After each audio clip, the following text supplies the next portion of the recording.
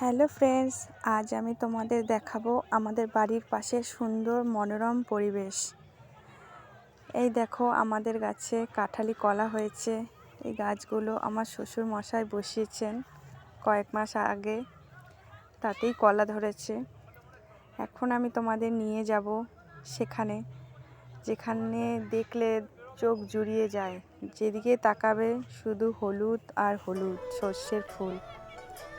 এখন আমি এসে গেছি পাশের বাড়ির বড়মাদের কপি ক্ষেত।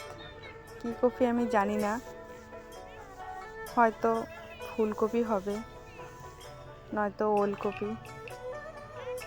আমি হেঁটে যাচ্ছি, পাশে সর্ষে ফুলের ক্ষেত, খুব সুন্দর লাগছে দেখতে। আমি এখন তোমাদের দেখাবো পাশে বড়মা আরও কি চাষ করেছে, সেখানে তোমাদের নিয়ে যাব। দেখো তোমরা, পেছন থেকে আমার মেয়ে ডাকছিল, এই জন্য আমি একটু আস্তে আস্তে যাচ্ছি।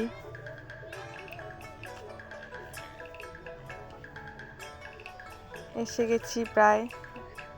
এদিকে ডান ধারে সিম গাছ বসিয়েছে, বড়মারা সিম চাষ করে। সব ওনাদেরই কফি ক্ষেত, তারপরে সর্ষে সিম ক্ষেত। খুব সুন্দর লাগে দেখতে, মনটা জুড়িয়ে যায় এখানে এলে।